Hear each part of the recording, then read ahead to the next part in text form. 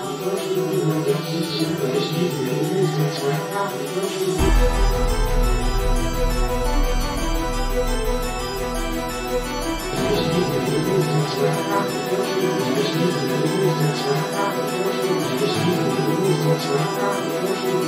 time for Wish to Play Your Weekly Trophy Podcast with Mindi and CJ.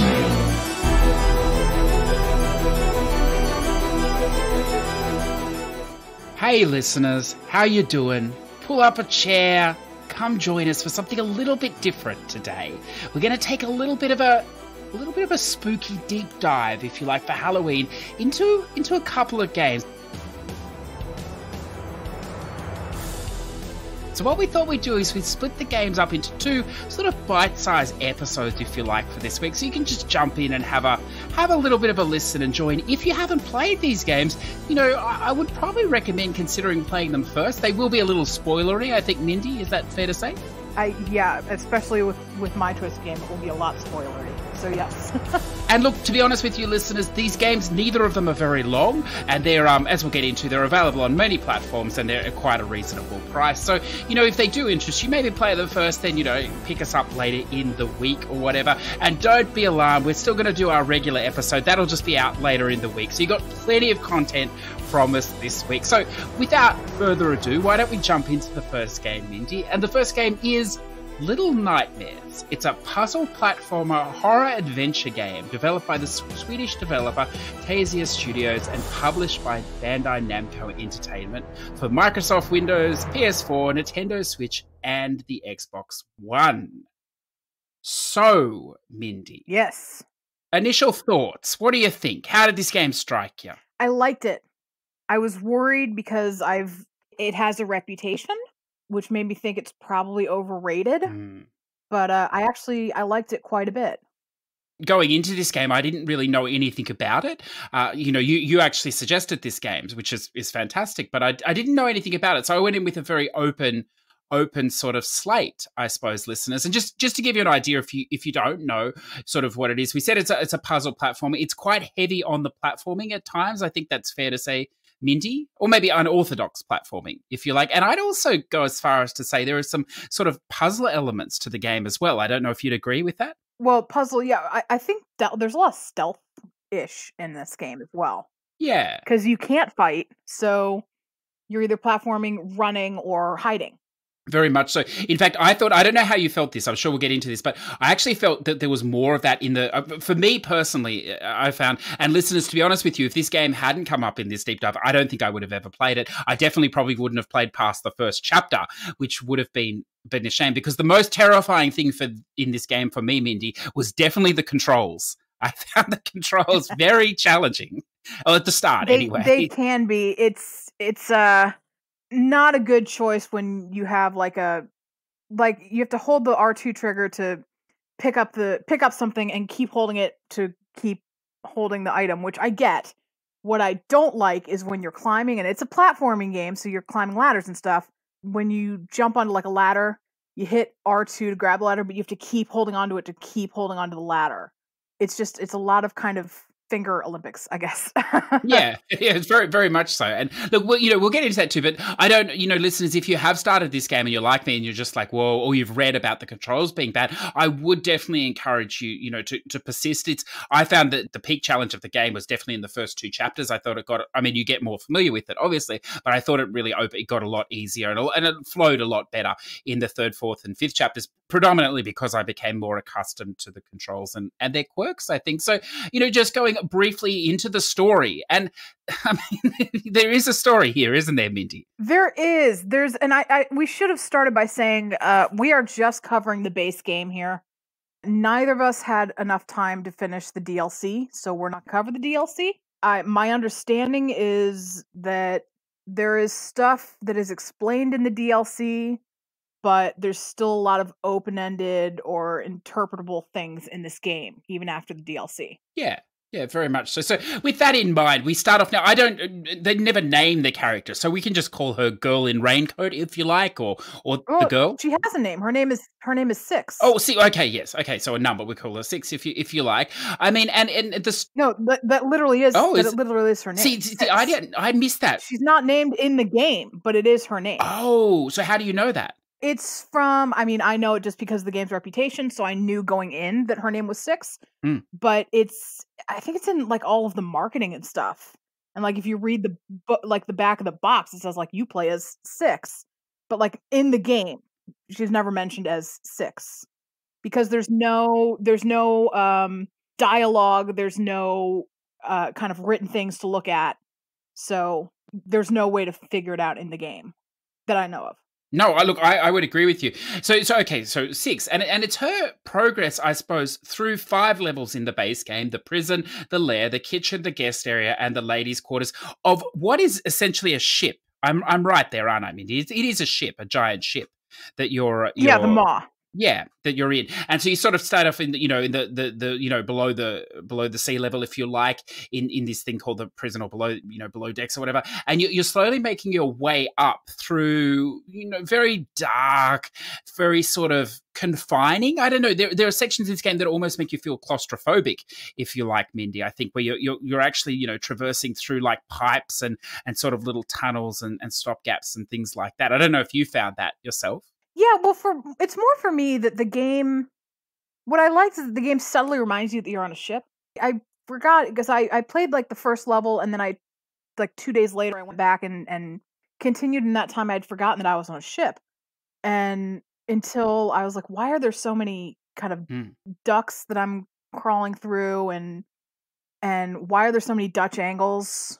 Why is everything framed in like Dutch angles? And then when you would pull stuff and sometimes it would kind of go down an angle or things are swaying, and then you remember, oh, I'm on a ship and this is what it's doing. It's reacting to the swaying of the ship here. Yes. Yeah, I think that's very cleverly handled because, as you say, they're very confined levels or whatever. Like you don't see outside it until later in the game. There's a section where you climb up the chain, the anchor chain, and you get a sense of scope. But even at the first and the second level, where you're going up those staircases and it sort of zooms out, it's a great way of creating a sense of a massive environment, isn't it? In what is essentially a very linear game, a linear space.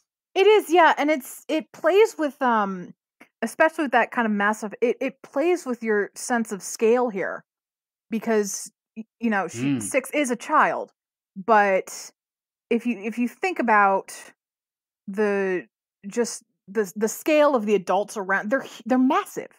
It's not just an adult; it's like a monster adult, and she's pulling chairs, and the chairs are just too big, and it throws you off. Nothing about this feels normal.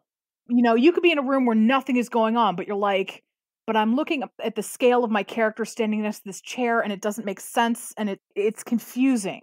And not in like a baffling take you out way, but just in an unsettling, it doesn't want you to get comfortable kind of way. No, this is the interesting thing, because when I was playing it, listeners, I was like, this game and the second game we're going to get to, and I was like, next time I'm going to pick the games, because these are neither games that, as I said, I would naturally gravitate to. And at the end of the second chapter, I was like, I don't find this scary. This game, I don't find it horror in the sense of that. But then I realized that my right arm was incredibly tense when I'd been playing. So the game is very tense, isn't it? It's a different type of horror.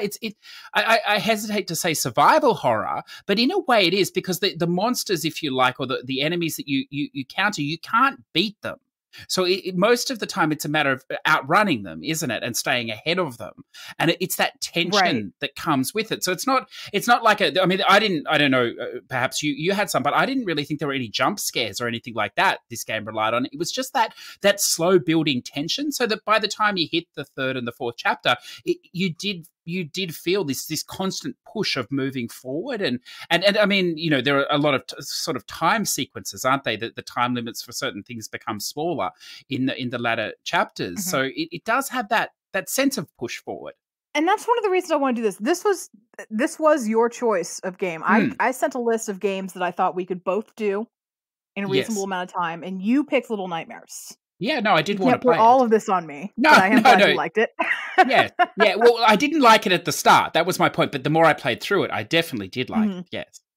But this is why I wanted to do this kind of game. Like, this is my kind of horror. Like, there's a time and place for jump scares, but I love more kind of atmospheric, tense horror as opposed to just boo kind of horror. And I know just about every podcast, every gaming channel is going to do horror games, and it's going to be like Resident Evil, or it's going to be, Outlast, or these kind of jump scary fighting horror games. And I wanted to do horror games that were more atmospheric, that were more just kind of, they filled it wasn't jump scary, but it fills you with just kind of dread.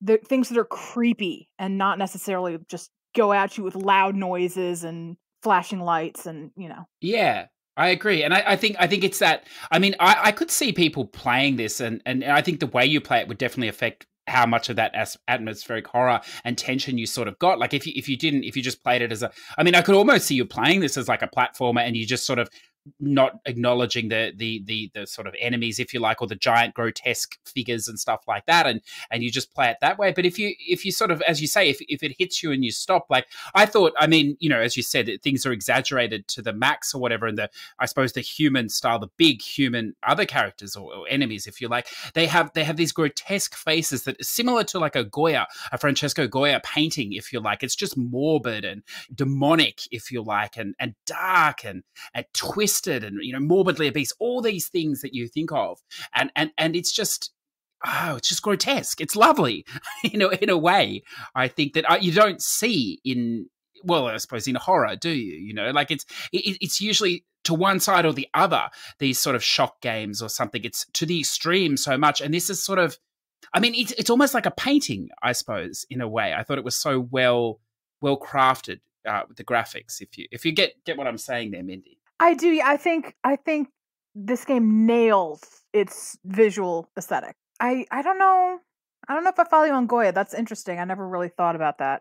Oh, really? Because see, there's as we said, we're going to spoil it. So there's a section, I'm going to say it's in the kitchen, but it might have been the guest area. It might, possibly it was chapter 4, actually, where it builds up at the ending, and you're running away from one of them, and they're sort of always falling or whatever. And then you have to get up on the table, and then they're all sort of coming for you, and the music and well, it's not really music, it's more sound design, that it's all just pushing you to the edge of this table where you're going to make this massive jump over to the end of the level and the other side. And it's just like a depiction of, it's almost like a depiction of the Last Supper in a way, but just this grotesqueness of the characters, and they're just piling on top of each other, if you remember this, Mindi, just trying to get you. And if you're like me and the controls don't seem to work, then you do that a couple of times, so it loses its value perhaps. But the first time it happens, it's a great feeling to be there and to jump up and grab that swing and to go through. And it strikes me as Goya in the representation. What I got, and I think this might go over your head because I don't know how familiar you are with these. This game to me is a kind of a combination of Coraline and Spirited Away, if you've seen either of those. No. So Coraline, it's like a dark fantasy. It was a story written by Neil Gaiman. It became a stop motion movie in I want to say the mid 2000s, something like that, late 2000s. And then Spirited Away is a Ghibli movie, and a lot of Ghibli in this, actually. Oh. It's about a girl who enters this strange fantasy world, and she's working at a bathhouse, and there's just all these very large creatures who come in, and that's part especially they were talking about with all the people at the table and just kind of eating. There's a part where she's looking for her parents, and they've turned into pigs, and all they're doing is just sitting there eating and eating and eating, and that's all they're doing, and they don't stop. I especially now that you've played the game, look into that movie and see if you agree with my assessment there, because I think there's a lot of that in there, and I would not be surprised if the developers said they were inspired by Studio Ghibli. Okay, no, I will do. That's an interesting point. So, what I would like to touch on in this game, though, is that you're playing as Six, and there are segments throughout each level. I think maybe it starts in chapter 2, maybe not in the first chapter, where you become physically weak. So your character, in effect, stops. The screen sort of flashes very lightly or whatever else, and you need to eat something. These sections, I'm sure you're familiar with, Mindy. You remember, and you tend to you eat whatever's there, like a rat or something like this. Just to sustain yourself. And then once you've eaten that thing, you're happy to move on or whatever else. So then, and taking a massive leap towards the end of the game, and we can address the boss fight at the end if you want to after, but at the end of the game, the great thing about these two games is that I think I'm not completely sure I know what happened in either of them. That's why it's interesting to talk to you, Mindy. But at the end of the game, you eat the boss, you bite into the boss, if you like you've been doing to the rats. And then Six turns around, ascends up, a heavenly ascension, if you like, up the final staircase into the light, to the end of the game. But before that, it turns around and you never really see her face in the game, and you still don't see it. And for me, that almost seemed like, well, throughout the whole game, you're trying to get her because she's oppressed, she's trying to escape, she's trying to do this, and they've all been trying to get her. And then you realize she's quite a dangerous creature herself, isn't she? Do you see it that way? That's a weird thing to me. It is, the way that they, at least my understanding. Again, this is a game that is open to interpretation. My understanding is there is no set answer for what everything in this game means.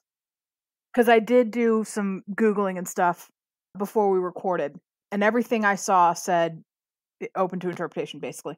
So the Maw is set up as these people voluntarily get on the ship, but Six does not seem to be this way. She starts out in this prison. If you remember, in the first level, all of the gates are electrified. She's literally imprisoned there, whereas all these other people, all these other adults, because she's the only kid on the ship. She's actually not. I do know that there are more kids because I know that's part of the DLC, but we didn't finish the DLC, so we're not going to bring that in. All these other adults are there voluntarily. They're gorging themselves. And she's literally just behind these electric gates. Why is she there? Is she there because she's dangerous? Is she there because she is a child? Why is she on this ship? But what I find interesting about her, you mentioned that she eats the boss. What's interesting is if you think about the progression, this happens 4 or 5 times in the game. She starts out eating bread. There's another person. She gets these hunger pains, and she walks by a person who throws her some bread. And the next time it happens, she eats a dead rat. And the next time it happens, she eats a live rat. And the next time it happens, there's this little I can't remember what they're called. It's like a gnome, and it offers her this sausage, and she eats the gnome. She doesn't eat the sausage. And then she eats the boss. So it's this escalation of her. I don't know what this means, I guess it all comes down to how you interpret who or what Six is. Why is she on the ship? Why is she trying to escape? I mean, she's obviously trying to escape because she's imprisoned on this ship. But given you see this escalation of her eventually starting to eat live things, was there a good reason for her to be imprisoned? Are we actually playing as a bad guy? Well, that's, as I said, it's fascinating to talk because I said, you're totally right. It is totally open to interpretation. And I think the game did such a good job of painting Six at the start as the good character. I mean, the game is very, very dark. Everything is black and greys, and scales. And she's in a yellow raincoat. She's the only color in the game. So you can't get more, iconic than that sort of, iconography, if you like, that it's got to be a good thing, you would think, the color, happy, whatever else, you're trying to save her. But I agree with you. As the game goes on, you do sort of wonder, maybe she's developing into something, and that's what I felt like. The horror that I'm partial to slasher horror, of course, but the horror that I feel that sticks with me is the horror, sort of the fear of the unknown. And I thought at the end of that game where she turns to you and you still can't see her face, I thought that was fantastic. And then she ascends up and obviously she's going to escape or get out. And it's that sort of, some good, like It Follows, if you like, some good horror movies, fringe movies. They do this where it doesn't end. Like the real threat is going out into the world and you don't know what it is. And that's how this game sort of struck me, I suppose. I don't know. So, I mean, perhaps we're, similar but different in our thing. But as you say, it could definitely be either, I suppose, as it goes through. Seeing we touched briefly on the boss fight, I found, and I'd be interested because you play a lot more of these games, I found this game to be difficult at the start, not only for the controls, but some of the platforming. But then I don't play a lot of platformers in this style of game. You play a lot more. What sort of difficulty rating would you give this game? Like, is it a entry level, medium, like? Not quite entry, but not medium. If you're just playing and you don't care about trophies, probably like a 2.5 or a 3 out of 10. The issue I have, and I'm gonna have to do it, is there's a speedrun trophy in this game, and you have to play the whole game without dying in under an hour. And what I don't like is that there's a lot of stuff in this game you can't skip that's just pre-scripted. Like when she gets hungry, you are just burning time because you can't run. You take 4 steps and she stops and she's got her hunger pains, and I'm not looking forward to that. No, and I believe the final video or the cutscene also counts in that time where you can't really do anything but slowly walk forward. So it's that's frustration. Yeah, it's probably 55. Like there's not a whole lot of window for error here, which is a bummer. No. In fact, that was one of the things that I thought. Obviously, listeners, the trophies don't concern me. But when I sort of realized that was a trophy, and getting towards the end of the game, and my first thought was, wow, this will probably stop a lot of people from playing this game because that's quite a difficult trophy or whatever, and that would be a real shame because that trophy aside, I mean, I don't know the collectible trophies. I didn't bother with them, but they didn't seem too difficult. I'm not sure, Mindi. Maybe you can talk to that, but. And the other trophies are just general progression loosely anyway, but it's almost a game you could play without the trophies, like instead of the trophies, or not worry about the trophies, perhaps. Yeah, I agree with you. I definitely agree with you. Collectibles weren't too bad. There is one collectible that's in like between chapters 3 and 4. Like as soon as you spawn, you have to go in the opposite direction to enter this little room. The problem is if you go, they might have patched this by now, but if you load up chapter select, it does not put you at that very beginning spot.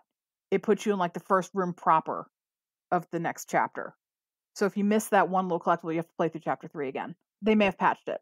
Oh, yes, that's unfortunate. If you know what you're doing, I mean, technically, I suppose the game can be beaten in an hour, so the levels they're reasonable length, aren't they? 15 minutes, 10 to 15 minutes. If you know what you're doing, yeah. Yes, if you're doing a cleanup run, I suppose. In that, the DLC we're not going to touch on, but it does streamline seamlessly into the base game as well. So that would obviously be something you'd like to look at. One of my, I'm not sure if you have any sort of final thoughts, Mindi, but one of my final thoughts was, and what I think probably the selling point for me on this game, having said that I did enjoy many facets of it, is the sound design in this game is fantastic. There is almost no music in this game except for a very brief melody in the final chapter where the boss hums, which is fine. Or whatever, but the sound design, the steps you can hear her taking between the wooden creaky floors or the metallic, the hardship surfaces when she's in the water, when there's other things happening around you. The sound design is absolutely fantastic, and I think obviously a good sound system or whatever, but I would definitely recommend this game being played in headphones. I'm not even sure. I think it may have warned you at the start that as well. It might be one of these games, but it really is something. A good pair of noise cancelling headphones if you can, and just listen, because not every game pays that much attention to those small details, Mindy, and that's something that I really did enjoy. So I have some questions for you. Please. There was the janitor. There was the twin chefs, there was the guests, and there's the lady. Which ones worked for you and which ones didn't work for you? Like I enjoyed, or is that what you mean? Mm-hmm. Okay, Yeah. so to be completely honest with you, I did not enjoy the first 2 chapters of this game at all. I played it over a couple of sessions, and I just, it was a real push for me. The game I really started to enjoy from the kitchen area with the chefs. I don't know, it just, and in full disclosure, I used a bit of a guide even to get through the first 2 levels. I think predominantly because I don't play a lot of these games, I didn't even know basic mechanics. Like I was standing and I didn't even consider the fact that maybe you could climb the wall up the rope work or something, and because it's very dark. And so I think I had to get my head around that, and I think that clouded the first chapter in a bit for me. I just mechanics that I'm not used to in the games that I play. But I thought from the kitchen, the guest area, and the ladies' quarters, I didn't need a guide at all. The game played very easy, or very easy, but it flowed at a much better pace for me. So I like that kitchen bit. I really did like, and you would have done it, Mindi, I assume, the trophy for putting the different vegetables into the pot in the kitchen, and then having to also, you had to do it stealthy, like you had to hide under the table, and then you had to get up on the table at one point when he was chopping and stuff like that. So I did enjoy that part quite a lot. And then I think the end of the guest area was the peak of the game for me, though, as we've already talked about, where they're all chasing you, and this just push, massive push to get off that table, and everyone's coming at you. I thought, and it's coming at you like it's an element that I don't, like we've talked about with other people before in horror. It's an element that I don't like. It's this element that I know you can't do anything about. You can't turn around and smash them or slap them or hit them and get rid of them. They're going to keep coming at you. It's my problem with games like Resident Evil 2, that thing chasing you. My ultimate problem with Outlast, it's just this thing that's always there, and I find that very tense. I don't know whether I find it frightening, but I find it. I mean, a great example is if you've played this as the Layers of Fear 2, it's a very chilled, relaxed game. And then between the chapters, this thing comes at you, and it's very tense, I find. So I did appreciate that in the chapter 4, I think. This time, maybe because it wasn't so overpowering, I could do it. But yeah, I like that. I didn't so much, I know I'm going on here, but then I can let you respond. It'll be easier, perhaps. I didn't so much like the ending of the boss fight at the end. I thought I was surprised there was even a boss fight, to be honest with you. I thought it was just going to continue on the way it sort of did, like most of the game did, but I didn't dislike it. And I think it was rewarded enough with what happened after that in the cut scene and her attacking it and eating it and then looking at you, as we've said, and then ascending up the stairs. So yeah, I thought it was good. A good, concise package. And I think if you were familiar with platformers, you wouldn't have any problem with the first 2 levels. So, even if you're doing it slowly, it's probably only a 2 to 3 hour sort of tight experience. So I know I went on a bit there, Mindi. I'm not sure that I answered your question, but that was my overall. Well, I really liked the janitor. So he was the guy with the cloth blindfold and the really long arms. I thought he was the creepiest part of this game. And there's one specific part where you're climbing up, and you get onto this platform, and then he just kind of melts out of the ceiling and starts walking in front of you. Yes. Like he just kind of he's hanging from his arms, and he just kind of drops down very smoothly, very slowly, and just starts walking. Very creepy moment. It is. Well, there's that great bit where his arms are coming through the walls too, and you have to go under them. Yeah. It is good.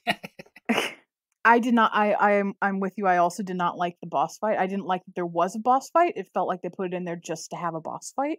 My major issue with the boss fight was the fact that it felt very game-y.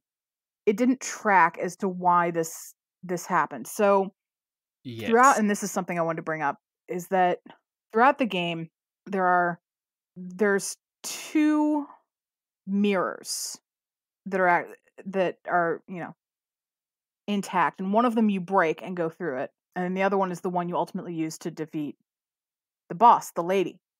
My issue is that there is nothing in the game that would lead you to believe that her weakness is mirrors. You're not passing broken mirrors throughout your entire time on the ship. It's just there's no mirrors, but you are constantly going through places where you would not expect to see mirrors. And then at the end, you're walking through the lady's quarters, and she's standing in front of a shattered mirror and doing her hair with that very haunting. She's just kind of humming and brushing her hair. And then very soon after that, you find just a little hand mirror, and you use that to defeat her. That felt very gamey to me. That took me out of it. And that made me made me sad because I thought they were doing a really good job up to then. You're right though, the first couple of stages feel like a different game because it has, speaking of gamey things, they have those 2 sections with like the eye and the beam of light, and if you stand in the beam of light, you turn to stone. And then that's just gone after the first 2 stages. That doesn't come back. It does feel like 2 games, or just these ideas that didn't quite mesh together the way they should have. But I think there's so many great, just kind of smaller rooms throughout this game that make it worth playing. Oh, look, I totally agree. And it's a game that I imagine you could go back after time and you'd probably see different things in it that maybe you didn't see on your first playthrough, or there is some depth there, I think. There is. And sorry, having said that though, and I wanted to ask you this is, and again, because I don't play a lot of these games, perhaps it was starting to grate on me, but you know, as we said, there was difference between the 1 to the 5, and you know, I played it over like I think I played the first 2 chapters, then I played 3, 4, 5 in the first DLC in a session the next day, and I sort of thought at that point, that's why I messaged you about the DLC, I sort of thought like I've had enough of this game for a while, like it's not the same, but it's similar, you know, now, and so I want a break. So I don't know, like I almost want to say like it didn't feel like an ending; it needed more. But at the same time, I'd had enough of what it was doing. Does that make sense? Yeah, well, you have to remember the DLC came out over a couple of months, so it would have been, you would have had some time off, and then of course, yeah. And the DLC slots into parts of the story. One, I know we're not going to talk about it, but it uses the same settings and is sort of going on, if you like, before the main story as well. It's all plays with the timeline a little bit. So, yeah, I think the game, I don't know, like that's what I thought about the ending. It's almost like you wanted more, but at the same time, I didn't need any more as well. So I suppose that's a sign of a good piece of art, that it leaves you wanting more, but you also feel like you've had enough as well. It's a very eccentric way of looking at it.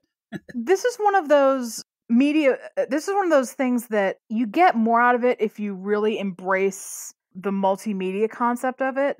So there's the game and then the DLC, and then there's an iOS game that's a prequel to the game. So it teaches you a little more. And then there's a comic book. There's like a 4 or 5 issue comic book. And these are all canon. So it's one of those things where it's still interpretable, but you get bits and pieces of information from different pieces of media in this game. So it's up to you to track it down. That is interesting. Well, that would make more sense. Yeah, I didn't know about that. So, sort of wrapping us up here, Mindy, do you recommend it? You know, what final thoughts? What do you think? I do recommend it. I liked it. I like that it kind of plays on this idea of, at least I think it does, plays on the idea of just kind of childhood fears. I think that's why everything is so big. Is because, you know, when you're a kid, everything is just kind of massive and scary. Not in the way that whatever that game was where you play as a little baby. Oh, Among the Sleep? Yes. But this one just makes it darker. I also kind of think, honestly, I kind of think that this is a ship of cannibals. I really do. Well, yes. I think that's a story that they're telling just by, if you're paying attention to the things that you're platforming on. Yes. I think maybe that's why the kids are there. I think they're eating the kids. Growing them into fine meals, perhaps. Yeah. No, I really do. Because if you go through the kitchen scene, like you look at them unwrapping this meat, and it's like the same size as 6. Yes. Yeah. You know? I won't say any more, but when you do get to the DLC, that definitely goes into that. The second DLC in particular definitely goes into that. So I think you're right. I do definitely think you're right on that line of thinking. So look, listeners, you know, I think, it is the week of scare. You know, it's a different type of scare, but it's high tension. And if for no other reason, if you're not a platforming fan, I think you'll still find value in this game. I definitely did. If you're interested in sound design and those concepts, then I would highly recommend this game. It's one of the best attention to detail that I've played in probably in a couple of years. So look, I think we both endorse it. And the great thing, Mindy, you told me before we started, is that it is on sale at the moment in the current PSN Halloween sale. Correct. So is the DLC, I believe. Perfect. So there you go, listeners. That's just a short little deep dive. Well, it didn't turn out to be that short, but, it was a deep dive of sorts into the Little Nightmares. As deep as you can get into something that is very interpretable, I suppose. Yeah, that's right. And look, we'd be fascinated to hear your. It's one of those great things that you might be sitting there going, wow, it meant something totally different to me or whatever. So and that is totally fine. We'd be fascinated to hear your takes on it. But if you've sat on the fence for a while, or if you never knew about it, I would definitely recommend giving it a go this week. It'll only take a few hours. Jump in, have fun, and then let us know. Anything else, Mindy, or shall we move on? No, but I think we should come back when we've both done the DLC. I think so. Yeah, let's bookmark it.